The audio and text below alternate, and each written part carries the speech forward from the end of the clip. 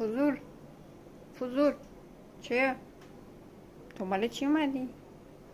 من زودتر از اینکه تو بیای پودر ژله رو درست کردم، گذاشتم تو یخچال. آقا میلو اومدی ژله بخوری؟ آره، چشات الکی مجنون نکن. بچه‌ها پنجره رو بستم، پرده رو کشیدم. بعضیا اعتراض دارن، میگن باز کنید ما بریم پشت پنجره. مگه نه؟ خطرناکه مامانی. به خاطر خودت این کار کردم. آخه رو گاز جای نشستنه اینجا. فضولی تو، چرا رو گاز نشستی تو؟ اینجا جای نشستنه، کجا میخوای بری؟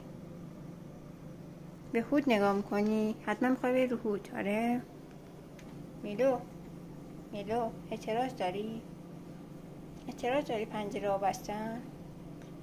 آقا میلو پشت پنجره بود، من پنجره رو بستم، پرده رو کشیدم. ناراحت شد، قهر کرده با مامانش. آخه نگاش کنید رفته رو گاز. بعدم میگه چرا همه چی رو شیشه میذاری، همه چی رو میبندی؟ به خاطر این بلا میدونی 5 کیلوه با موهاش، 5 کیلوه، 4 کیلو نیمه با موهاش، 5 کیلو رفته رو گاز. اعتراض داری؟